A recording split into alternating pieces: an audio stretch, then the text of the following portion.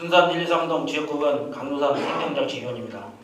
존경하는 의장님, 그리고 사랑하는 동료 의원 여러분, 보 의원이 발의하고 존경하는 19인의 동료 의원께서 찬성해 주신 어린이 보호구역 내 횡단보도 안전사고 예방대책 촉구 건의안에 대해 말씀드리겠습니다.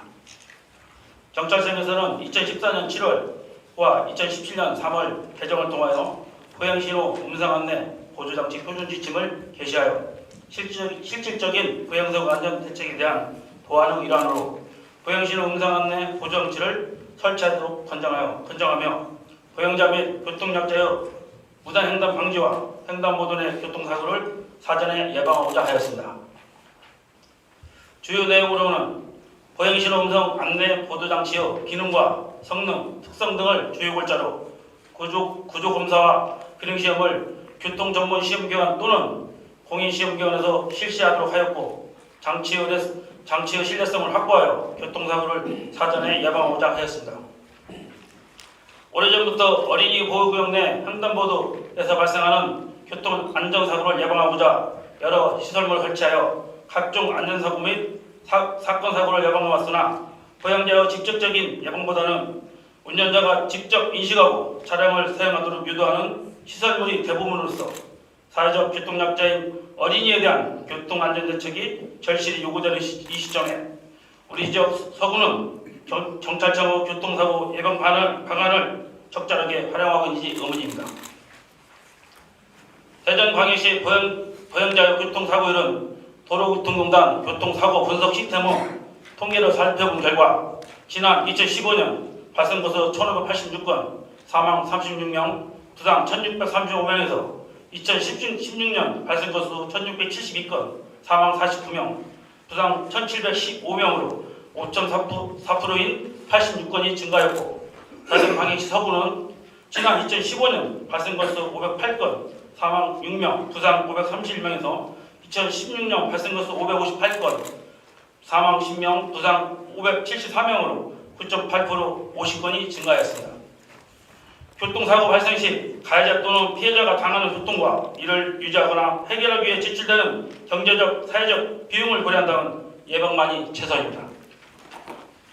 또한 최근 보행안전에 사회적 이슈가 되고 있는 스마트폰 좀비가 횡단보도는 물론 거리에서 운전자와 주변 보행자의 안전을 심각하게 위협하면서 사회 문제화되고 있는 가운데 교통안전공단 조사 발표에 따르면 보행중 스마트폰 사용으로 발생한 교통사고는 2012년 848건, 2015년 1360건으로 급 증가했다고 합니다.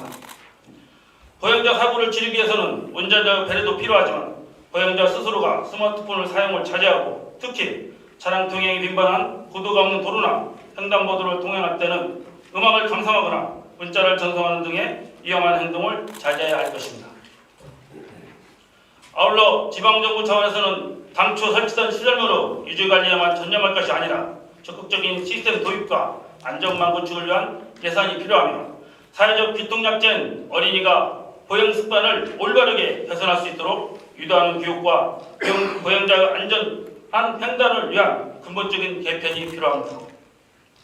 내일이 더 기다려지는 행복한 서구를 만들기 위해 개청 30주년을 맞아 발표한 새로운 도시 브랜드 슬로건 행복동의 대전 서구는 주민이 구정의 주인이 되고 사람의 가치가 구정의 중심이 되며 소외와 격차가 없는 모두가 행복한 서구의 미래를 만들고 행복한 보행사회로 나아가자는 의미가 담겨 있습니다.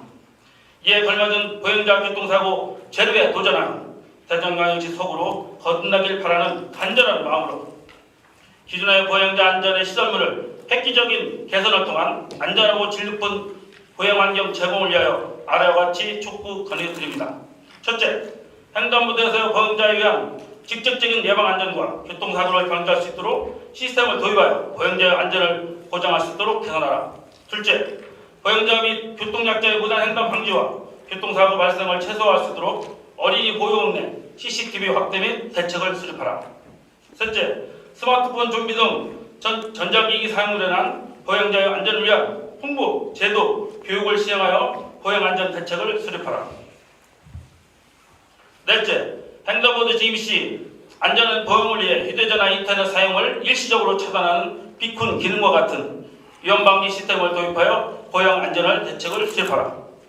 본 의원이 발의하고 존경하는 식구의 동료님께서 찬성해 주신 어린이 보호구역 내 횡단보도 안전사고 예방 대책 촉구 건의안을 원형대로 채택해 주실 것을 당부드리면서 제안 설명을 마치겠습니다. 감사합니다.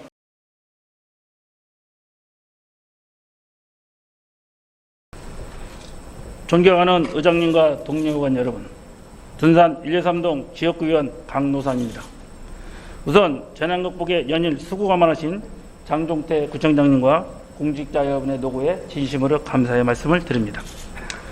2020년 작금의 우리는 코로나 사태, 경기 침체, 이상기후 등 일찍이 겪어보지 못한 위기 시대에 살고 있습니다. 지난 8월의 유례없는 김장마 폭우는 대한민국을 물바다로 만들며 국민의 안전과 생명을 위협했습니다. 폭염, 폭우, 태풍 등의 위협은 늘 있어 왔지만 기후 전문가들은 무려 54일 이상의 장마와 폭우는 지구온난화의 기상이변으로 반복되는 일상이 될 것이며 탄소 배출이 원인이라고 합니다. 비단 우리나라의 일만은 아닙니다. 중국은 폭우로, 유럽은 폭염으로 자연재해는 전 세계적인 환경 문제로 가시화되고 있습니다. 본 의원은 서구 정림동 아파트 침수 사태와 같이 대전도 더 이상 자연재해로부터 안전지대가 아님을 인식하고 탄소 저감을 위한 기후변화 대응 방안에 대하여 자유 발언하고자 합니다. 존경하는 장종태 구청장님 그리고 관계 공무원 여러분, 지난 2018년 IPCC 회의에서 195개 국가는 지구 온도 상승폭을 2030년까지 2010년 대비 45%, 2050년까지 인류 존속 마지노선인 산업화 이전 대비 11.5도 이내로 제한하는 등 온실가스 배출 제로화를 공동 목표로 결의한 바 있습니다. 우리 실생활의 편리함은 역설적이게도 재난이라는 부메랑으로 돌아오고 있습니다. 따라서 생활 방식과 소비 방식에서 해답을 찾아야 하며 새로운 전략을 마련해야 할 것입니다. 기후변화의 심각성에 공감대가 형성된 만큼 정부 추진 의지도 절실하지만 지금이야말로 지방정부가 민관, 산학, 거버넌스 체제 구축의 최적기라고 생각합니다. 이에 녹색 건축물 조성, 생활물품 중고거래 활성화 및 폐기물 감축, 녹지 공간 확보, 에너지 절감 등 4가지 방안을 제시할까 합니다. 첫째, 녹색 건축물을 민간 건물까지 확대하고 노후화된 건축물을 그린 리모델링으로 유도하는 등 에너지 전략형 건축물을 조성해야 합니다. 우리 대전은 국토부에서 시행하는 그린 리모델링 사업에 11곳이 선정되어 국비 78억 원을 지원받았고, 서구는 목련 어린이집 등 3건으로 대전형 뉴딜 정책의 첫발을 내딛는 만큼 민간 건물까지 확대해야 할 것입니다. 둘째, 생활물품 중고거래 활성화 및 폐기물을 감축해야 합니다. 각 가정과 사업장에서 쏟아져 나오는 중고물품 거래를 활성화함으로써 폐기물을 감축할 수 있습니다. 최근 중고물품 거래는 TV 프로그램 중고거래 방향과 모바일 앱 채팅을 통해 보편화되고 있습니다. 지자체에서도 아나바다 장터, 벼룩시장 등을 온라인과 겸하여 물품 재활용을 더욱더 활성화시켜야 할 것입니다. 셋째, 온실가스를 흡수할 녹지 공간을 확보해야 합니다. 굳이 100만 그루 나무를 심지 않더라도 최근 타도시 사례처럼 건물 주변에 덩굴 식물을 심게 하는 그린 커튼과 벽면 녹화, 지붕에 차열 페인트를 시공하여 실내 온도를 낮추는 쿨루프, 옥상의 빗물 저금통 등을 일상생활에서 실천할 수 있도록 지자체가 나서서 자리매김해야 합니다. 마지막으로 에너지 절감 실천 운동 방안을 마련해야 할 것입니다. 각 가정과 사업장 및 개인을 대상으로 교통, IT, 식문화 분야 등으로 나누어 대책을 마련하고 적극 홍보해야 합니다. 존경하는 장종태 구청장님 그리고 관계 공무원 여러분, 2050년까지 탄소 배출을 제로하기 위해서는 우리 스스로가 변해야 합니다. 지구가 경고하는 메시지를 귀담아들여야 합니다. 시간이 많지 않음을 인식하고 코로나19 사태에서 지방정부 선제적 방역이 빛났던 것처럼 기후위기 대응 또한 주민과 대면하여 직접 정책을 실현하는 기초지방단체의 역할이 추진 동력이 될 것이며 지구를 지키는 작은 힘이 될 것입니다. 끝까지 경청해 주셔서 감사합니다. 고맙습니다.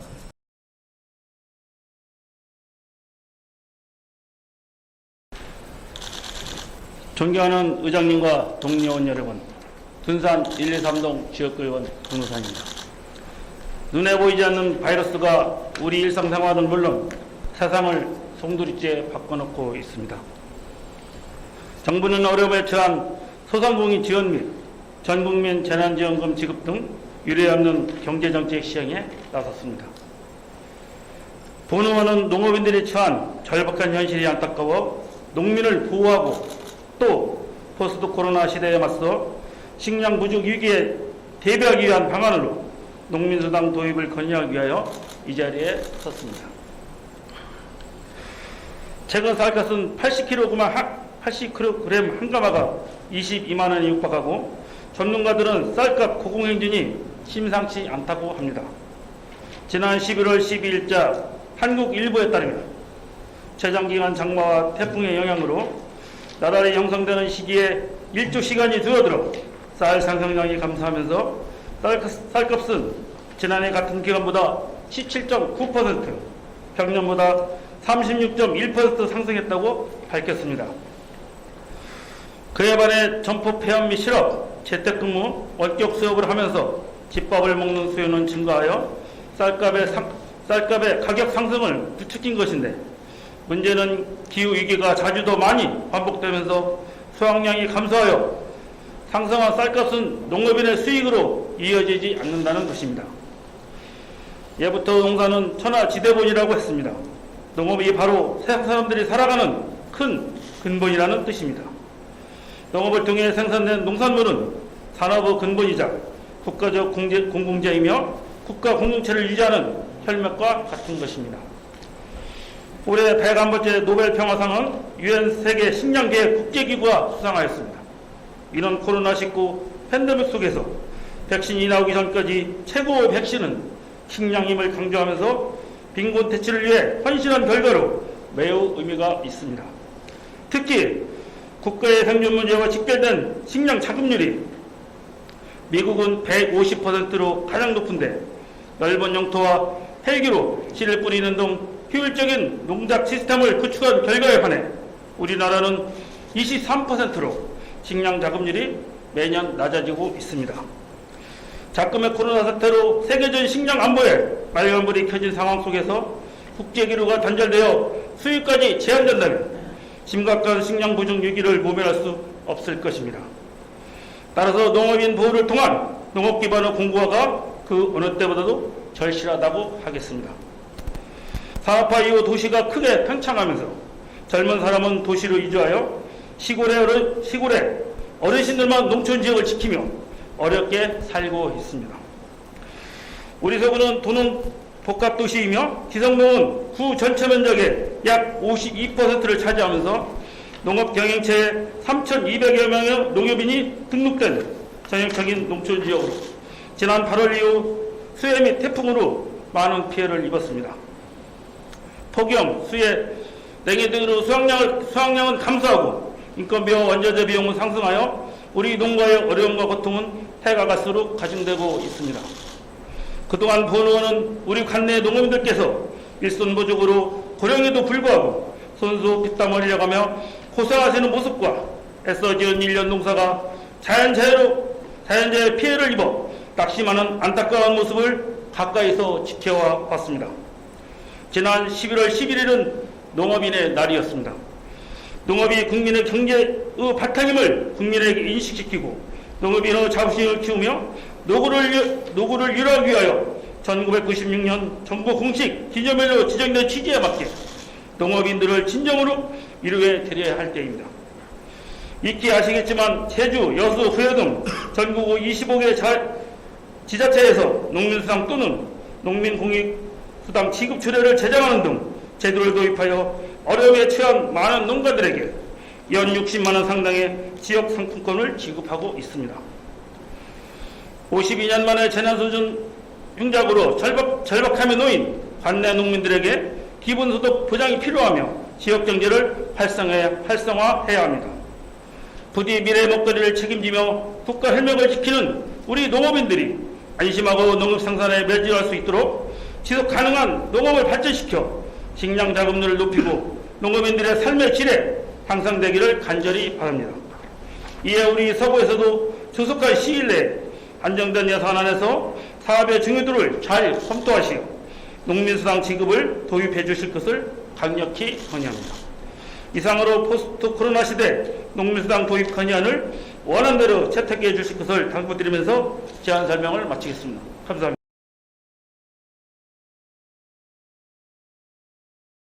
존경하는 이선영 의장님, 그리고 선배 동료원 여러분, 둔산 123동 지역구 의원 박문산입니다. 본 의원이 발의하고 존경하는 19인의 동료 의원께서 찬성해 주신 안전속도 5030 정책 보완 촉구 건의안에 대하여 제안 설명 드리겠습니다. 지난 4월 17일 교통사고 예방을 위한 안전속도 5030 정책이 전면 시행되었습니다. 도심지역 간선도로는 시속 50km 미만, 보호구역과 이면도로는 30km 미만으로 제한속도를 하향하는 것으로 위반 시 벌금 부과는 물론 형사처벌까지 포함하는 교통안전정책입니다. 안전속도 5030에 대한 기대와 우려의 엇갈린 의견으로 시행된 지 2달이 지난 지금은 곳곳에서 정책에 대한 불만이 쏟아내고 있습니다. 실제로 교통선진국 대부분은 이미 30년 전부터 5030 제도를 시행하여 정착 단계에 접어들어 이럴 경우 사망사고가 최대 24% 감소했고 OECD 국가 중 고령자 사망사고가 7년 다음으로 높은 우리나라 상황에서도 안전속도 5030 도입 필요성은 누구도 부정할 수 없는 어려운 사실입니다. 이처럼 여러 면에서 장점이 있고 의미 있는 정책임에는 모두 공감하면서도 문제는 효용성 측면에서 개선이 요구된다는 것입니다. 이에 본 의원은 정책 보완을 위해 몇 가지 개선책을 건의하고자 합니다. 첫째, 획일적이고 과도한 속도 제한을 현실에 맞게 개선해야 합니다. 교통선진국인 유럽과 일본의 경우 왕복 6차로 이상의 대로를 찾아보기 힘들고 대부분은 왕복 4차로의 구불구불한 도로로 물리적, 지리적인 통행 장애 요소들로 인해 50km가 적정한 제한 속도인데 반해 우리나라는 왕복 6차, 8차로 이상의 평탄하고 직선화되어 있는 도로 상황에서 무조건 50km로 제한한다는 것은 운전자 입장에서 답답할 뿐 아니라 좋은 상태의 도로 잠재력을 낭비하여 실제로는 교통 흐름을 저하할 수 있음을 간과해서는 안 될 것입니다. 24시간 360일 적용은 우리 도로 현실에 맞지 않다고 봅니다. 다양한 의견을 수렴하고 데이터화하여 지역도로 실정과 출퇴근 시간, 휴일, 야간 등을 고려한 교통량에 따라 속도를 탄력적으로 제한하고 과도하게 제한 속도를 설정한 곳이 없는지 파악하여 지정 해제가 필요한 곳은 해제하는 등 각도로 실정과 보행 환경을 정확하게 진단하여 차등 적용해야 합니다. 둘째, 진행형 교통 시스템 신호체계 규칙입니다. 현재 이용하는 신호등 시스템은 연년마다 미리 짜놓은 프로그램을 업데이트하는 방식인 반면 진행형 교통 시스템은 센서와 인공지능 카메라를 통해 집안 상황을 이도와 교통 흐름의 통제와 정체 구간의 정보를 실시간으로 분석하여 자동 신호 주기와 우회도로 안내 등으로 시속 50km로 움직여도 신호로 인한 정차를 최대한 줄일 수 있는 것으로 기대합니다. 셋째, 지속적인 홍보와 교육을 통한 안전의식 함양에 노력해야 합니다.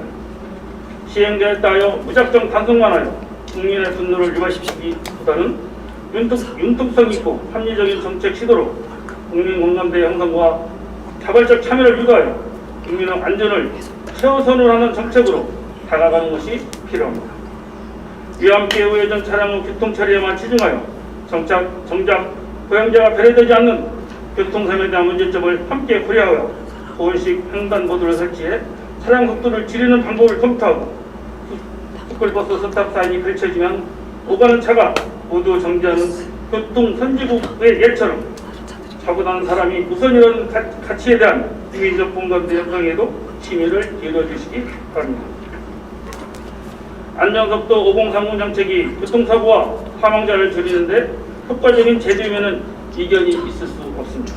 다만 능동적인 참여를 유도하여 사람과 안전을 안전을 중심으로 한 교통문화로 전환될 수 있도록 긍정적인 부분과 개선이 필요한 부분에 대한 적극적인 조치를 통하여 안전속도 5030 제도가 조기에 정착될 수 있도록 노력해 주시기 바랍니다. 이상으로 안전속도 5030 정책에 대한 소관 촉구 건의안을 원안대로 채택해 주실 것을 당부드리면서 제안 설명을 마치겠습니다. 감사합니다.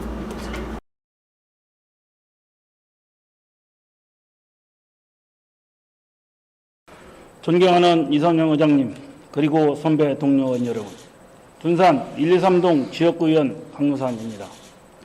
국민권익위원회가 발표한 2020년 공공기관 청렴도 측정 결과를 보면 종합청렴도는 전년 대비 0.08점 상승한 8.27점으로 4년 연속 상승하여 공공기관에 대한 국민의 평가가 개선되고 내부 업무와 관련하여 부패를 경험한 비율도 전반적으로 감소한 것으로 나타났습니다.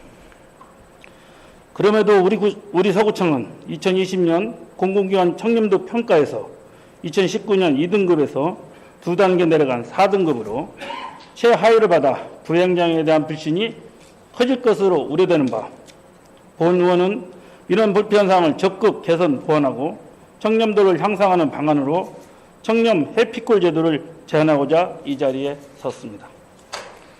청렴 해피콜 제도는 행정의 신뢰도와 만족도를 높이기 위한 것으로 민원인에게 직접 전화를 걸어 업무 처리에 대한 담당 공무원의 친절성, 투명성, 책임성, 공정성과 금품, 향응, 편의, 수수 여부 등을 설문을 통해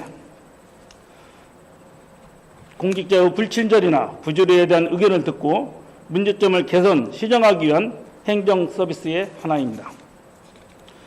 우리 구에서도 신뢰받는 공직문화를 조성하고자 하는 취지로 전 직원 청렴교육 실시, 청렴 진단의 날, 청렴 화면 보기 설정 운영, 5급 이상 간부 공무원 청렴도 평가, 연 7시간 이상 청렴교육 이수제 운영 등의 사업을 추진하고 있으며 구정에 대한 관철을 위해 주민 옴부즈맨을 운영하고 있지만 이러한 성과를 내지 못하고 있는 것이 현실입니다. 현재 서울, 대구, 인천을 비롯한 다수 지자체에서는 청렴 해피콜 제도를 시행하여 주민들의 애로사항을 청취하고 접수된 민원 불편사항을 적극 개선 보완하는 등 업무 처리의 투명성과 공개성을 확보하여 청렴도를 향상시킴으로써 행정에 대한 주민들의 신뢰도와 만족도를 높이고 있습니다. 우리 구도 민원 유형에 따른 절차와 적용 변경이 다양해서 민원인의 요구사항을 일일이 확인하고 들어주는 데 한계가 있으므로 공사, 용역, 부조금 등 부패 개연성이 높은 민원을 대상으로 청렴 해피콜 제도를 시행하여 주민들의 불편사항을 적극 해결함으로써 민원 청렴도를 향상시키고 모든 공직자가 국민 중심의 행정 서비스를 제공하는 계기를 마련해 주시기 바랍니다. 청렴 해피콜 제도 운영으로 접수된 민원의 불편사항과 건의사항은 해당 부서에 즉시 통보하여 개선하도록 하고 청렴 해피콜 측정 결과를 매월 분석하여 부패 행위 발견 시 철저한 감사와 조사로 부패 근원을 초동 단계에서부터 차단할 수 있도록 노력해 주시기 바랍니다. 국민과의 소통으로 도출된 불만족 의견을 분석하고 개선한 뒤 다시 국민에게 피드백하는 청렴 해피콜 제도 운영과 또한 청렴도 향상을 위한 다양한 방법을 모색하고 시행하여 서구청 공공기관 청렴도 향상은 물론 행정의 질적 수준을 높여 신뢰받는 구정을 펼치기를 기대하며 이상 5분 발언을 마치겠습니다. 경청해 주셔서 감사합니다.